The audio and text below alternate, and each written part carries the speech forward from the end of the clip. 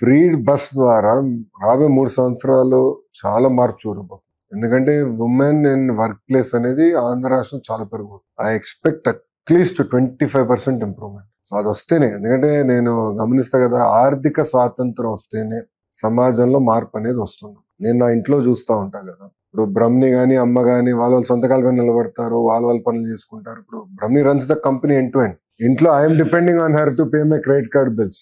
ఎందుకంటే నేను గడిచిన 5 సంవత్సరాల్లో కూడా చూసా కదమ్మా, వాడక భాషలో కొన్ని పదాలు ఉంటాయి, నేను కూడా ఎక్కువ మాడుతున్నాం, మీరందరూ కూడా మాడాలి. గాజులు తొడుక్కున్నావా, చీర కట్టుకున్నావా, అమ్మాయిలాగా వ్యవహరించద్దు, అమ్మాయిలాగా ఏడవద్దు అంటారు. అగ్రీడా? అమ్మాయిలు చెప్పండి, ఆడపిల్లలు చెప్పండి, కరెక్ట్ కదా?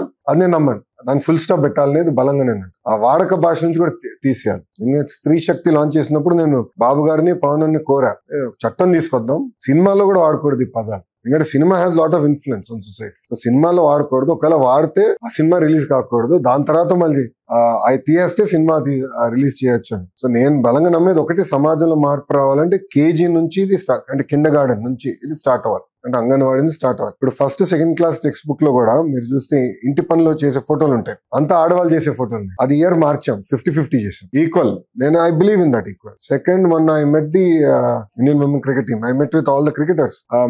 మన అమ్మాయి ఉంది, కడప అమ్మాయి, she's going to play for India this time. So అక్కడ వీఆర్ ఆల్ టాకింగ్. అప్పుడు కెప్టెన్ గారు ఒక మంచి మాట అన్నారు, సార్ మీ బుక్స్ లో స్పోర్ట్స్ సంబంధించి గల ఎంతమంది మహిళల ఫోటోలు నేను అడిగాను. కరెక్టే కదా? లేదు కదా? So I took lot of input. So అట్లా ఏంటంటే, ఒకటి మనం కంపల్సరీ ఇది కేజీ నుంచి పీజీ వరకు మహిళల్ని గౌరవించాలా, అన్నిట్లో సమానం అనేది ఒకటి. రెండోది, మీకు ఎప్పుడైతే ఆర్థిక స్వాతంత్రం అనేది వస్తుందో ఆటోమేటిక్ గా మార్పు అనేది మీరు చూస్తారు. ఎందుకంటే పాదయాత్రలో ప్రత్యేకంగా పెనుగొండ నియోజకవర్గం అనంతపూర్ లో కియా ఫ్యాక్టరీ ఉంటుంది. అక్కడ పాదయాత్ర చేసినప్పుడు చాలా మంది చెల్లెలు నన్ను కలిసారు. అక్కడ ఒక ఆమె చెప్పింది, ఆమెకి సుమారుగా 30 నుంచి 40,000 రూపాయలు జీతం వస్తుంది. దాని ముందర ఏం చేసేవాడు తల్లి అన్న, హౌస్ వైఫ్ అని. ఇప్పుడు ఎలా ఉందంటే ఇల్లంతా నేనే నడిపిస్తున్నాను అన్నాను. చాలా గర్వంగా చెప్పింది.